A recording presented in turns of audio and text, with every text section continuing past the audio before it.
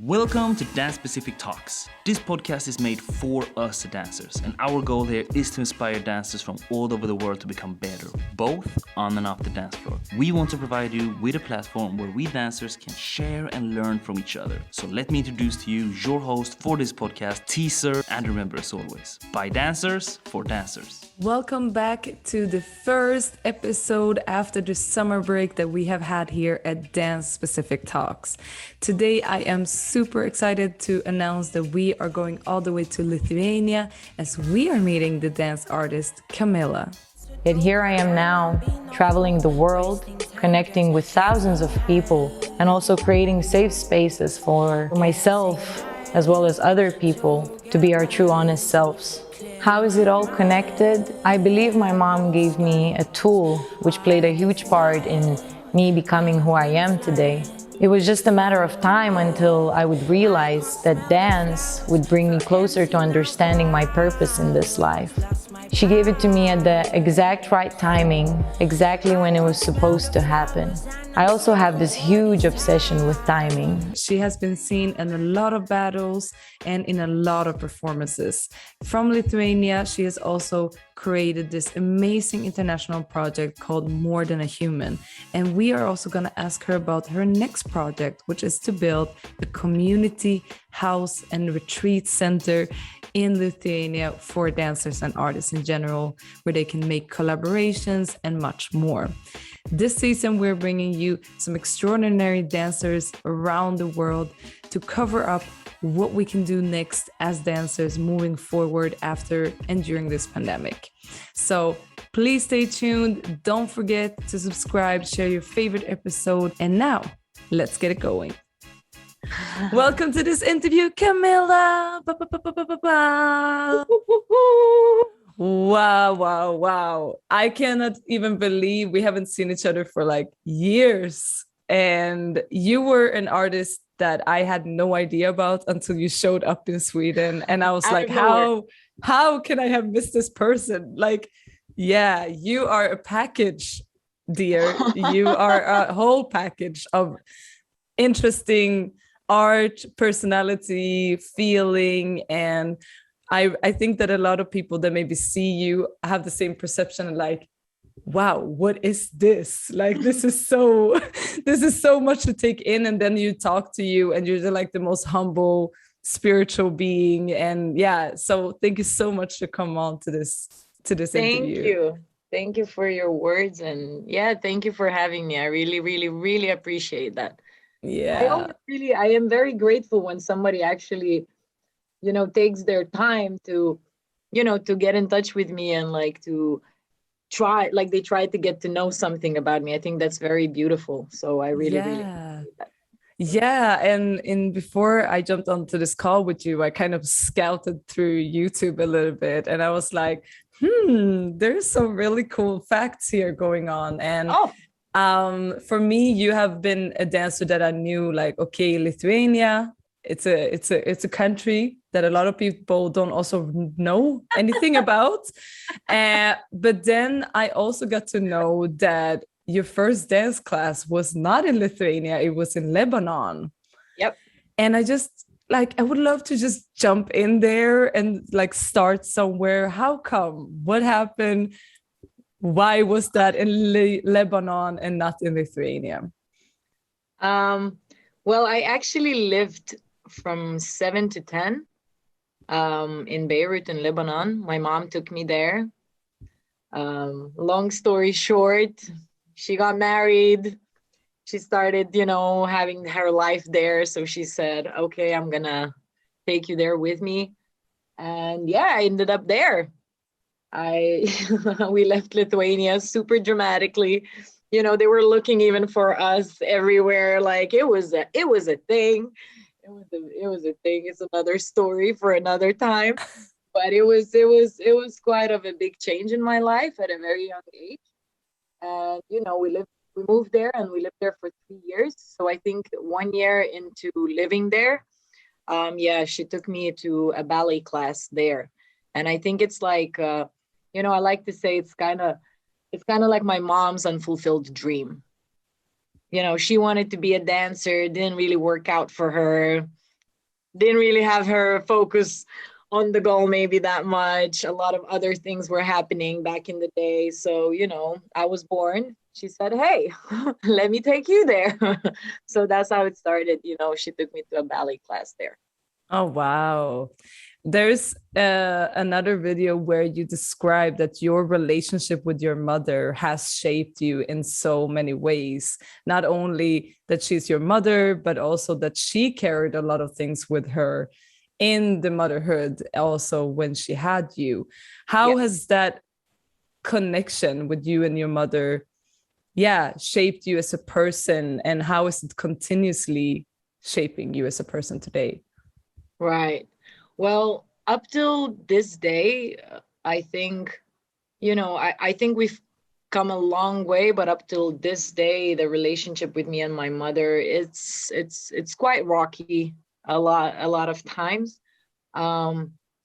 So ever since I was born, there was already things happening around me. I feel like, she has a lot of things that she wasn't able to fully sort out within herself. And I believe, once you already carry a kid in your a baby in your stomach, right? The baby can feel everything that you're going through. You might not understand exactly what, but you can feel that.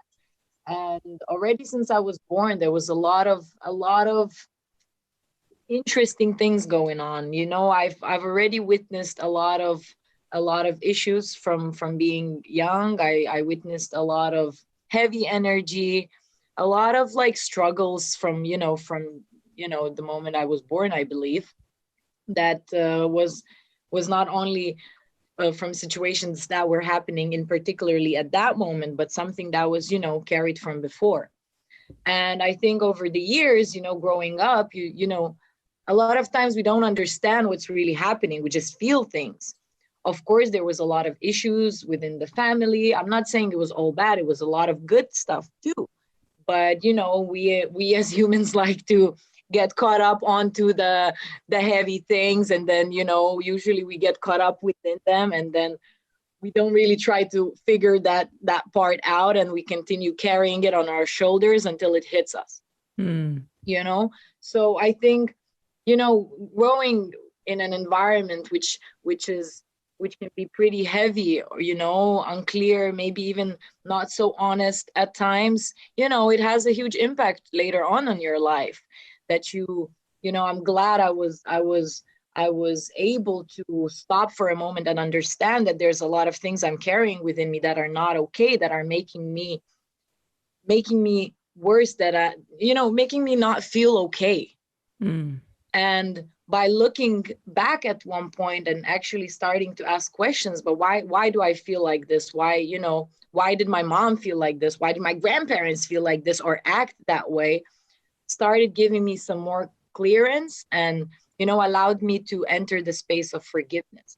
So I think overall, all this put together, you if you're willing to, you can learn a lot from it. So no matter, I believe it's not what happened to you, that what happened to you doesn't define you as a person. It's just how you choose to work with the things that happen to you, Exactly. So the connection with my mom, I mean, it took me on a journey from, being not only with my mom, I think, of course, my mom in particular, but within, family and society overall, it took me into spaces of not loving myself, into finding beauty in everything that I see within and around me, from being super unconfident into building a huge ego sometimes. And then from that ego, realizing that I'm actually, that is also not me. I'm just a simple human being. So there's so much, and it never really ends.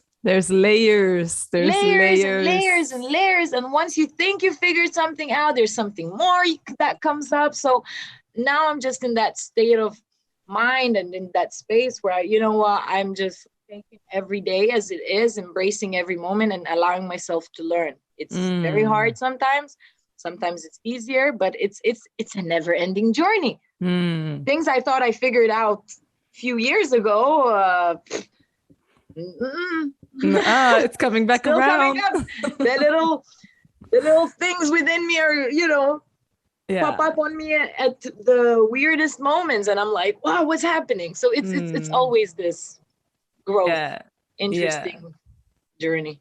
I think that's so interesting. Like in my belief, we are, born in certain places or in certain situations to maybe, as you say, resolve other things, generational traumas, but also your own spirit's journey. Like it could be, why were you born in this particular country in these circumstances? What is the learning lessons for this lifetime? What do you think, if you could just like think about Lithuania and the culture and also the the generational traumas that maybe also not just your family but your country has endured during these times? Why do you think, what has been the learning lesson for you to maybe be placed where you got placed and brought up? Before I used to, at one period of my life, I took quite a lot of time to think about these things, because I also believe, you end up in places for a certain reason. So I guess for now, I would probably say I'm here to maybe break circles, unhealthy patterns, and just show maybe a way of just being and embracing yourself for who you are, with all the good and the bad. I don't believe there's bad. I just believe there's good or very good, actually. Even the bad things are there to teach us something. But I believe I'm just here I was placed here probably to see the two different sides, to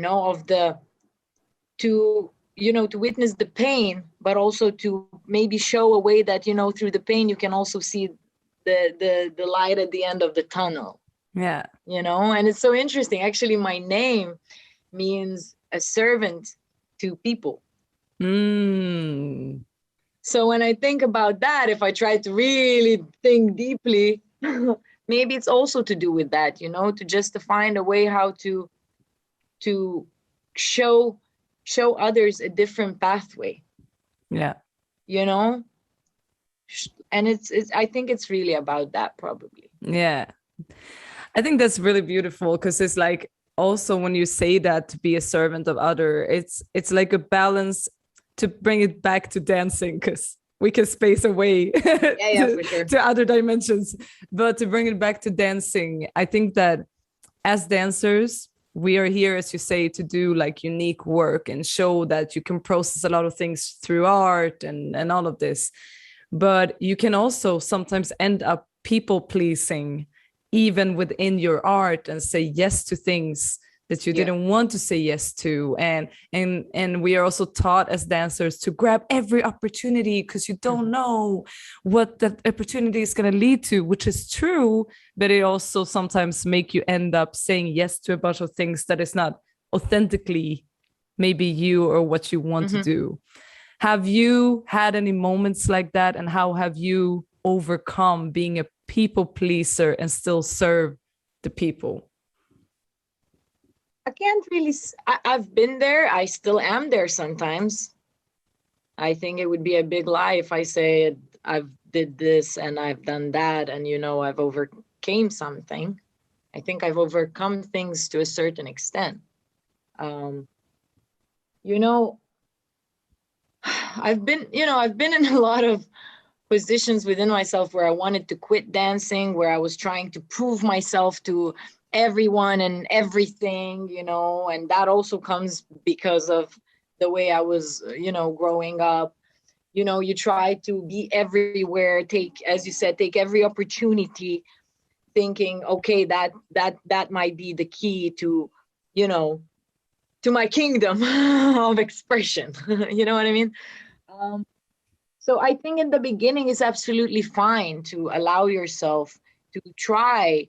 Even up till now, I think it's important to continue trying different things and allowing yourself to take these different opportunities. I I think it's good to have one goal that you're going for, but I think it's also important not to, focus just on that, but allow yourself to go on these little roads once in a while, because you can never know what it can bring you, but also what of an impact it can have for you reaching that bigger goal, So of course I had so many times I actually wanted to quit dancing because of the pressure I created for myself, because of the pressure I felt from other people. But it's always this space of like, was it me thinking they're putting pressure on me, or is it actually me just not trusting myself and thinking whatever.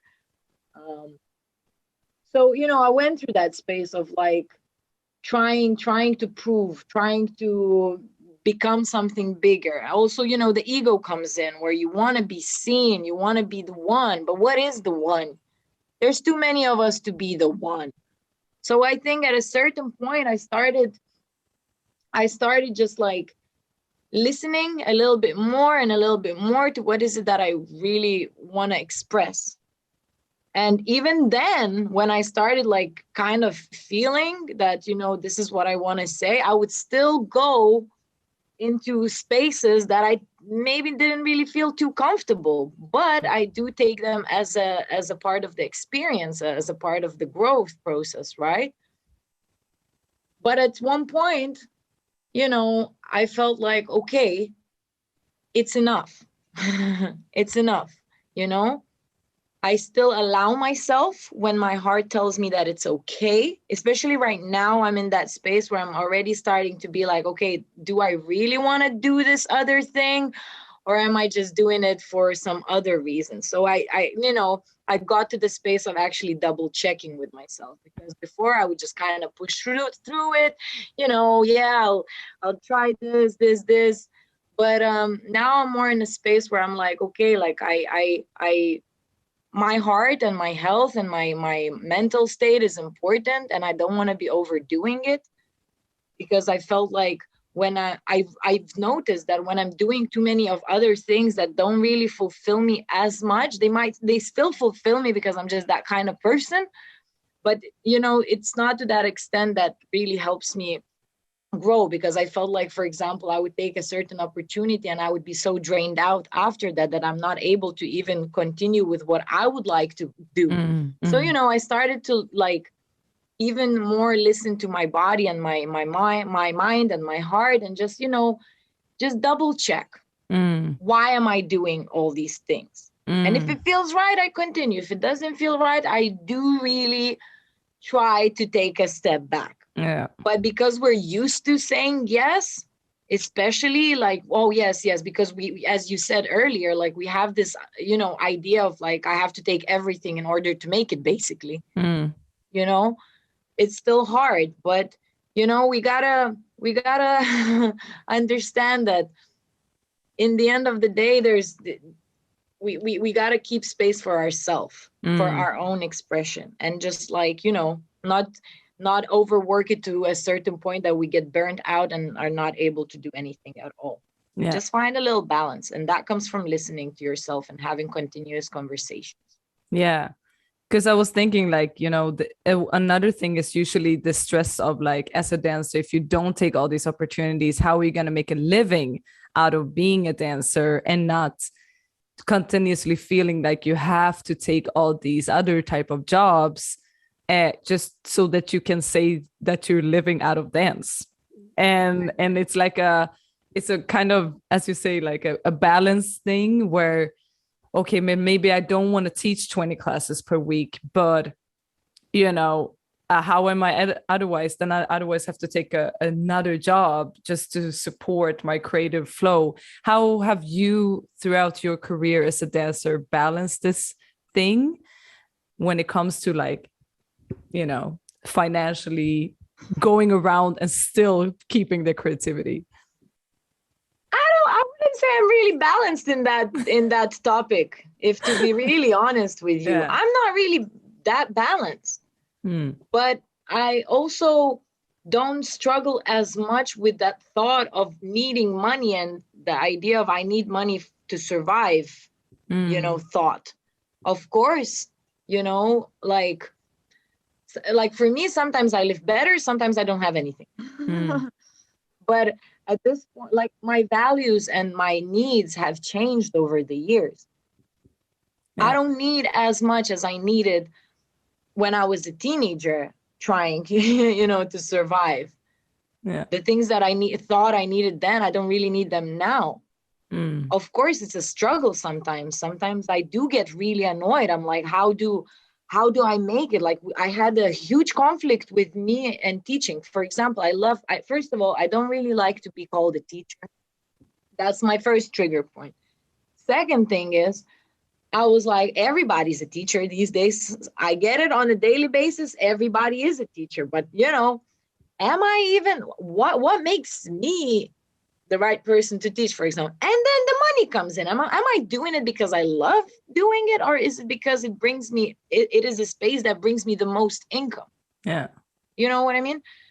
So for me, it's been, especially the last few years, it's been a hard conversation. So I try to learn, I try to also, how do you value, like the value you put on yourself? I think this is a big topic that we as dancers struggle. Yeah, I'll give you a private for €5. And it's okay because we all want to help a lot of times, but because we needed that help too, and maybe nobody helped us, or maybe somebody actually helped us, so we want to return. So it's like, it's such a big conflict all the time. And, I struggle with it until now. It's not something figured, but I've set my intentions, and, I do try to manifest daily the direction that I want to go. So for me, I said, you know what? I'd rather struggle with money doing something I really love. And it's not talking, dance, let's put that way. But within dance, there's performance, there's teaching, there's, choreographing, So I have certain aspects that I really want to do within dance. So I said, you know what, I'm going to try and focus on that and see what happens instead of draining my energy. Like, I'm not that person to give 20 classes a week. Are you crazy? Yeah. I don't have that space. Yeah. Yeah. I cannot do that. No. So I had to find a balance. How can I give enough classes to get some sort of like financial support, but also be honest whilst I'm doing it? Yeah. Because I really don't feel good if I'm giving classes just for money, just for survival. That does not make me feel good. And I've done that sometimes, but it is horrible. It is horrible, and I cannot go to sleep after that. So I do not want to do this. So I'd rather struggle a bit more, and hopefully a better day comes. Yeah. But I will try, I'm really trying hard to just continue focusing as much as I can. I still do take sometimes certain opportunities because it does bring some financial income. But I do try to do it less, I don't have a fear of not having so much money. Yeah. And, I can eat the same one meal every day. Like, I'm okay with that. Like it's but I don't know. You just keep going. Conversate. Keep going. Good. Yeah. Conversate with yourself. I don't want to say it's a continuous struggle, but it's a struggle that I think for everybody individually will take time to be figured, even if it ever will be figured out, So because it's like, I keep coming back to that question, like, if money wasn't an issue, if you didn't have to think about it at all, what would you do? Right. And if I say that question to you, like, if you didn't right now or in the next coming future, didn't have to worry at all, what would be where your heart would go? Is it more performances, creating things, dancing yourself, doing retreats? Where's your heart going? I would just perform. Yeah. I would perform. I love performing, and I love creating. I love creating. Then I would probably, even because I would be like, I'm already like going on that pathway doing that. So it's just like another confirmation for myself that I really love doing that. I would still give classes. I would probably still kind of do most of the things that I do. But I wouldn't need to pay my rent, is it? Yeah. I would have, if somebody paid my rent for me and, and bought my dog some food, I'll be good. But that's a great confirmation that you're doing what you want to do. Like if you're actually having exactly the same life right now, and that's great. That's amazing. Like I sometimes the struggle gets to me, but I also allow myself to be within that struggle and find ways how to, go through it. Let's put it that way. Some days I wake up, I'm like, oh my God, I'm broke. I have to do so many things. I have to do da da da da da da da. And then, you vent a little bit, you stress, you call your friends and say like, I don't know what I want to do. I don't want to dance anymore. I need to find something. And then my friends are like, are you sure you want to do this? And I said, of course not. So I said, what? I said, I just needed to vent, Of course I know that I'm not going to go and start doing something else because I love dancing. Yeah. I love dancing, but even before dancing, I just love life no matter what's happening in that life. Yeah. So if money is the thing that we're constantly stressing about, I don't think it's not worth stressing over that. Something will always work out. Yeah. You just gotta try, you gotta stay creative. Let's put it that way. Exactly. I love that. I also think it's so like one of the things I borrowed, reused, recycled from your Instagram was a very beautiful question, which was like, what do you hear when you are listening to yourself? And I wonder, what did you used to hear back in the days? And what are you hearing now that is different when you're listening to yourself? Back in the days, I'm not that old. Back in the days. I think from very young age, I had this like thought within me that I would hear and say, it's like, this can't be it. This can't be it. There must be something better coming.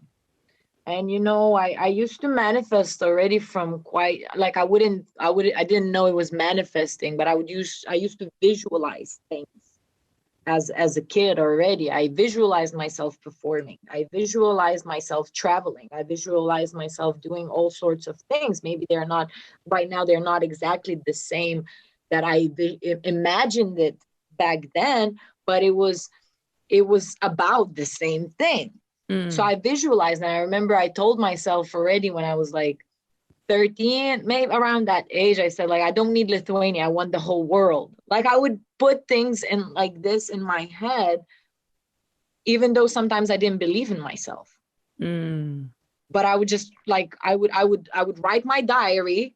I would write all the horrible things that I'm feeling. And then at the end, I would write, I will make it. I will prove myself and everyone else that I can make it. And I'll be better and bigger. And, I'm going to reach the whole world and da, da, da, da. Now I don't really need the whole world anymore. I just need me and, and just good people and good energy and bad people sometimes, because again, there's not really bad people. They're just, they're experience that got them to a certain place that they might act in a certain way, right? So back then I visualized, I used to hear this voice in my head and inside me saying, there must be more. Just don't give up. You're strong. There is something special about you. Like, I would hear this. Of course, there would be a lot of fearful voices within me, very rebellious voices. But I wouldn't really say a lot of that changed. It just got a different tone to it. Yeah. Maybe even, I would probably say sometimes slightly calmer tone. Sometimes even louder than ever. Every day is different, Because, like, as I said, I like to have conversations with myself on a daily basis. And, each moment when you really listen to yourself, you hear different things, and that's something super important. And I feel like a lot of us move through life without actually really listening to what's happening in there. That's why we avoid a lot of blessings. We do not allow ourselves to see the little things because we don't listen what is in there, because we feel like, okay, I have this, I need more, we start comparing ourselves to each other. We start, like not always feeling like we're not enough, or we don't have enough, or, we hear other people's opinions within, rather than hearing what is it that we actually feel about ourselves, or who we really are.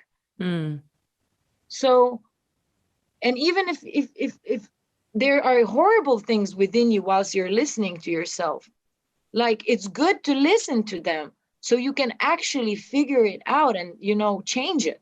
Instead of like pressing that, it down. Yeah. Because it's going to come out some way or another in destructive ways, Yeah. And it will make it worse. Yeah. We do have a chance. We might not have a choice to fix everything around. And you know what? We shouldn't. We cannot change the whole world. We really can't. Yeah, maybe we can't even change the situation around us in our room, the people around us in our family, but you can start with little changes of how you react to things. And this has been one of my lessons for the last year or two. It's how I react.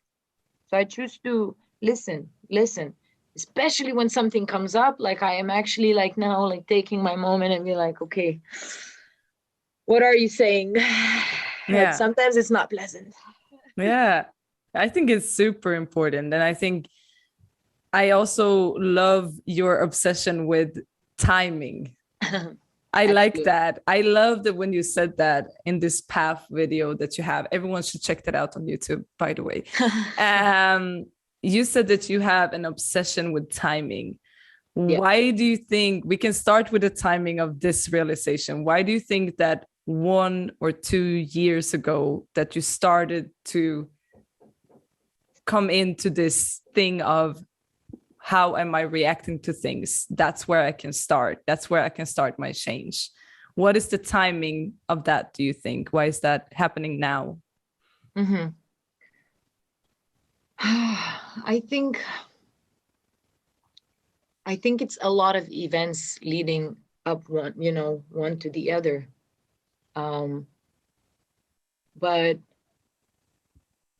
for me, I think it's just, there's a time for everything. Let's put it that way. Whatever happened. That was the moment, and that moment led into something else. So until then, a lot of moments led me into actually realizing, into, checking myself, that I need to check myself, that, hey, why is it that you react that way? Oh, you actually have a choice how you choose to react, and that, etc., right? So I think there's not really one answer. I cannot give you one answer, because I think everything leads, from one step into the other. But I just genuinely believe I would never change, for example, anything that happened in my life. Never. As a teenager, I wish I had this, I wish I had that, oh, I wish my life would be different. But if my life would be different, I wouldn't be the same Kamila as I am right now. And I value what I am. I value what I am. I value my place on this earth, and I value every single experience that I went through in this life. And that is because of a certain time in my life, right? And honestly, every time something happens, something intense happens, right? A few years later, I start to notice, I understand why that happened that way. It makes sense. Now I'm going to do it differently. Oh, now it led me to this. So every time I like to really, not like reevaluate, is that the word? evaluate, Yeah. evaluate. Yeah. Like, it's not that I sit every day and evaluate of, what happened today, what happened yesterday, what happened throughout my whole life, but I do check on myself. I do check on myself. I try to pay attention to the little things, the little connection between all these different events of life, all these different moments, right? And how are they all connected? And when I sit down and think about things, I was like, what? That makes sense. For me, everything makes sense. Yeah. Every choice that I made before made sense, whether it was a horrible one in that particular moment. Yeah, but if I didn't make that choice, once again, I wouldn't maybe understand certain things. But also, I feel very grateful that, again, I had the moment of that I always felt that there's something more. I never felt like, oh, this is where I am right now. It's that is it. So I think that what allowed me to see these events, see this connection, witness and notice the importance of the timing of each event, Yeah, beautifully said. It's like everything that happens also prepares us for the next chapter. And so it's all a learning lessons or a preparation time for the next to come. Yeah. And I mean, I feel like your dancing has this rawness to it. Not only like when people see you, you're already communicating a lot with your body, because you do have like a lot of art on your body as well. Nothing, what was it that you said? No tattoo is actually about dance on your body, but you have a lot of pieces telling people something about you before they even get to know you. Yeah. What has your body art, what role has that played in you expressing yourself? I was actually like a kid when I started. Recently, I've told this story to quite a few people, with the art on my body, right? I was a kid, 6, 7, something around that time. I think it was just before I moved. No, after or before I moved to Beirut, around that timing. I cannot really recall it right now. But I used to stick this fake tattoos from chewing gums on my body, and I would rock it. I would feel so good. I would stick them up on everywhere. I have even a picture somewhere. I just cannot find it. And already then I felt like this will be my way of expressing. I like this. Like, I didn't feel like, this just like this emptiness on my skin is right. I feel like there should be something on it, some drawings. I used to like drawing on myself and like these things. So I just felt like I'm like a canvas, And if we have such a thing in the world like ink, Yeah. then it means there's an opportunity and possibility to actually allow yourself to be that canvas, and paint on this body.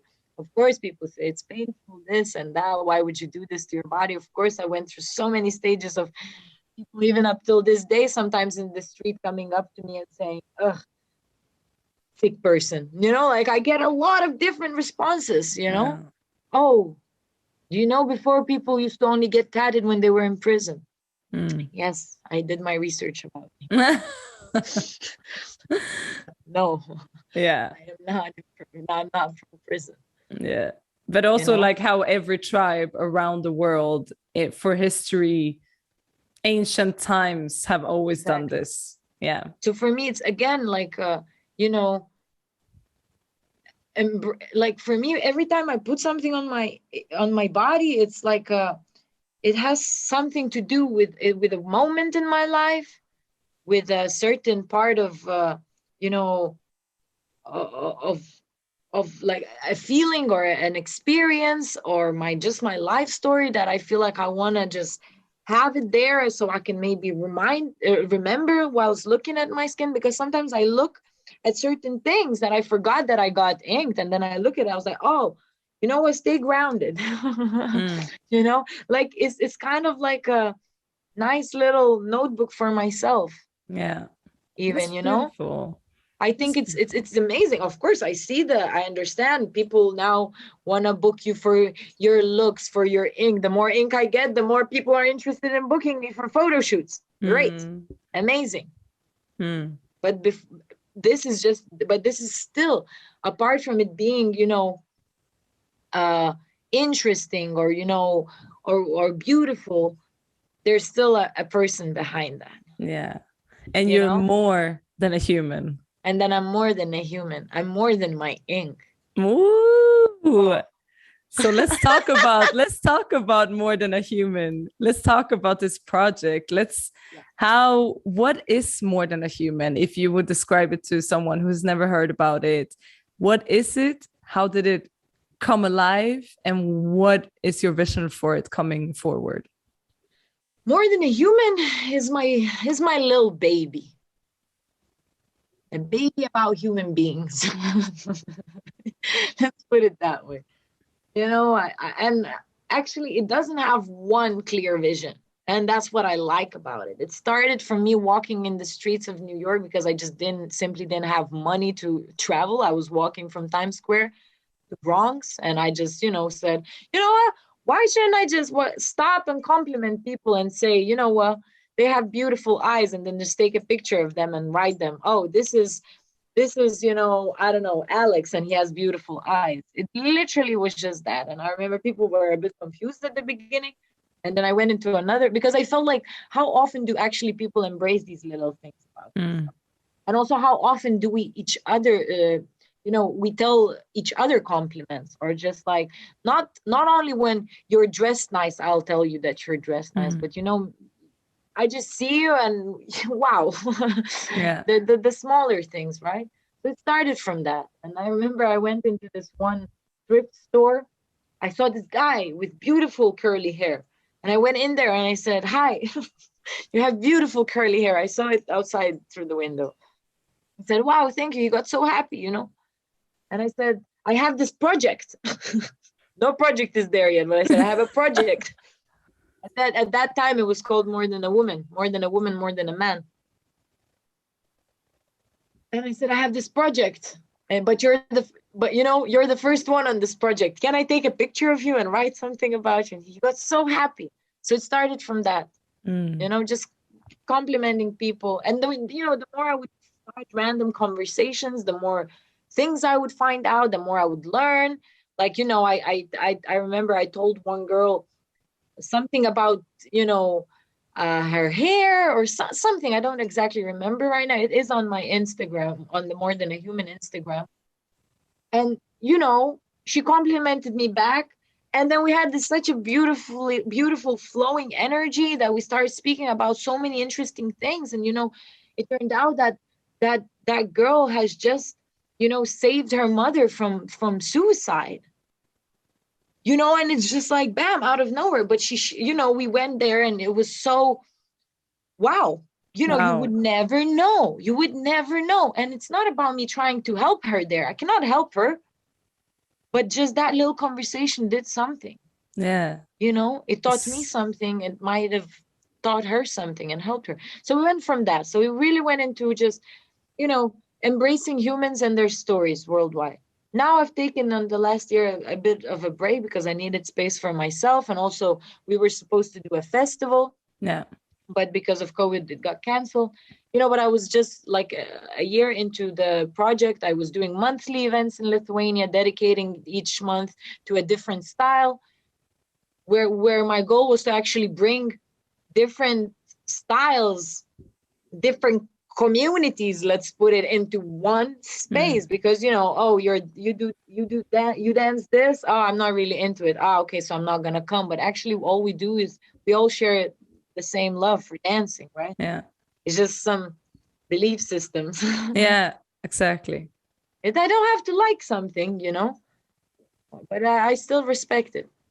Yeah. And that's why that's what for me it was about. It's not about, if you think differently, it means you're wrong or you're bad. No, it's just you think differently. So for me, that was also a process of learning this. Yeah. Now we're buying a house. Exactly, because that was going to be my next question. You have this thing on your Instagram where it's like, buy a house to build a community. And I checked out the video, and suddenly you have like this amazing nature, and there's this house in the middle of it. And I just want you to tell me, like, what is the vision here by buying a house out in the nature? Yeah. Yeah. You know, I again, it's a vision, a seed that I planted in my mind long time ago. I just always imagined having a space where, you know, people would come and just be, you know, as a teenager, I imagined that dance house, but now I don't care. It's just an art space, you know, just a place to be where you can really, if you need a runaway, you can run away somewhere, you know, if you need, a residency for a week to create with some other people, you can go there, you know? And what can be better than being surrounded by nature? Yeah. You know? So, you know, I shared this one day randomly. A friend of mine came. She used to also live in London, so we knew each other from a long time. And she just recently came back and we reconnected. So you know, she came to my place, and I just felt it. I really go a lot of times by the feeling. That's why I do everything that I do. I feel I do. And sometimes it's a good thing, you know, sometimes it can be, you never know, but it's just me as a person. I just do. I don't have this, there is me, you know, I have this sensation in me, well, I have nothing to lose. If I don't try, I won't know. Yeah. You know? So I shared it to her. I said, oh, imagine this. And, you know, she said, oh, yes, me too. She's really into also like community work, you know. She's been to Colombia. She was helping out there, like doing all this nice stuff. And she said, yeah, let's do this. Let's do this together. And we started looking for a house. We looked at abandoned places. Then I went on these pages. I just said, maybe we don't need an abandoned house, but we need just a little just a house somewhere by a lake. Maybe they sell it because we have a lot of summer houses here. Yeah. And I come and I see this place. I saw another place, but they didn't respond. And then I saw this one. I wrote them an email saying, hey, we won't be able to pay this straight away, but, you know, with the support of other people, maybe we can make it in the next, I don't know how long. Yeah. I told them my vision. They didn't respond, but then I called them the next day. I woke up, it's like, call them.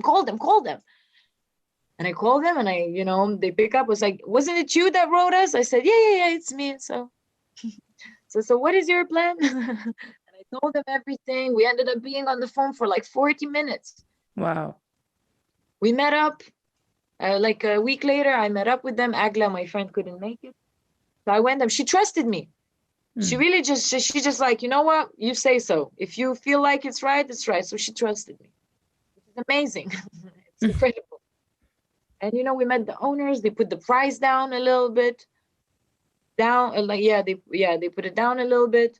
And then, you know, we just have a nice connection. They really support what we're doing. So, you know, next week we're already getting the keys. So it's already bought? No, we still have quite a lot to raise. Yeah. So we paid the deposit. Yesterday we paid another amount that we were able to gather.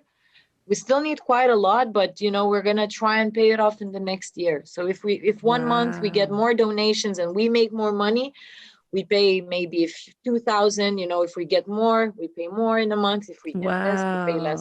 So they're willing to wait and help us. That's amazing. But already this month, we're going to be able to come in there, fix up, clean the place. And, you know, next spring, we're going to be able to open it up to others. Wow, that's amazing. Thank you. We're working on a website, you know, and it's really about this because people are like, yeah, but who can come there? I said, anyone really. You just send us an email, you tell your ideas, we can host events there, little events, not huge. It's not, you know, I mean, the nature around is big, so we can host for sure big events. Yeah. But we can do little things. We can have workshops in an open air. You can have residencies, couch surfing. Yeah. Somebody needs to just leave the city for a day. Come, if we're there, come. Yeah. You know? House surfing. House surfing. Yeah. That's amazing. It's about this. So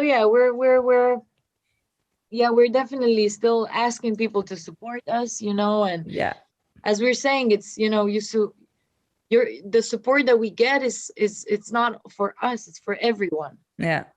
because of this support, we're going to be able to host everyone as much as we can. Yeah. Let's put it that way, you know? So yeah, it's that. Amazing. I hope that you could be able to have some events and fund some money also throughout events and stuff like that. Because what a magical place to come. And also for people maybe from abroad to experience Lithuania's nature, because a lot of people don't know a lot of things about this country. And it has this untouched nature in so many ways that people don't know about. The nature here is amazing. It's very green. It's very green. It's very beautiful. I think, I have a lot of love for the nature here. I think that's what keeps me here as well. I love a lot of other things. You know, 10 years ago, I would have, when I left, actually today is 10 years when I left to UK at 16. Wow. And my best friend sent me a message. She said that was the saddest day of her teenage life. And you're like, it was one of the most important days of my life leave. It was very important. It was very sad too. Yeah. But I'm glad I'm back. But then I said I never visualized myself coming back to Lithuania. Yeah. Now I'm good. I'm really enjoying. Don't know for how long, but I feel like there, you know, the question you asked, like, why were you placed here? Yeah. I think the reason why I was placed and born in Lithuania maybe are happening. The reasons are coming up right now in everything that I do right now. Yeah. I feel that too. Like I left Sweden 3 years ago to live in Amsterdam, and there is some things that I look back at now that I'm like, oh my gosh, blueberries, like from the forest and stuff that I just took that for granted. Not that I went out every year to pick blueberries when I had a chance, but there's the mushroom and the fruits and the berries, and like just to be able to go to a lake and be there by yourself. You know, like that's... Are you still in Amsterdam? Yeah, man. We love it here too. It has another charm to it, but just it's like these things that like, oh, you know, I feel very Swedish in so many ways, because I'm like realizing how much of that is meaningful now when I go back and I visit it, and I'm like, oh my gosh, Mom, can we just go to the lake? Like we would never do that before. So yeah. Oh man, like this has been such a beautiful talk, and I feel like we have touched on everything around dancing. You're an incredible dancer. There, as I said before, there's something so raw about you, and I kind of also just want to finish off with asking, what are some things that you know you still want to do? Things that you haven't done yet, except building a community house and doing all of that. Is there something with your dancing that you also look forward to explore more about? There are quite a lot of things. But I'm really, in this moment of life, I am really looking to perform more. Looking to continue certain paths that I started a few years ago, like with I don't know if you've seen, I had an 8-hour performance that I did. Then so I want to continue on that. Yeah, on that pathway towards like more experiment, like mind exploring and very experimental performances that really, you know, go deeper into human's mind. And so I really want to go further with that, and you know, just explore, just be, just express. I think this is what I'm about. This is what my dance is about. It's simply unsimple. Simply unsimple. I love that. That could be a concept of its own. Yes. Expression, storytelling. I will continue with that in whatever and everything that I do, you know? And then the community house and just whatever life brings me, really. Oh, that's so beautiful. Just be, you know, and hopefully be there with many other people. Yeah. You know? Just be together.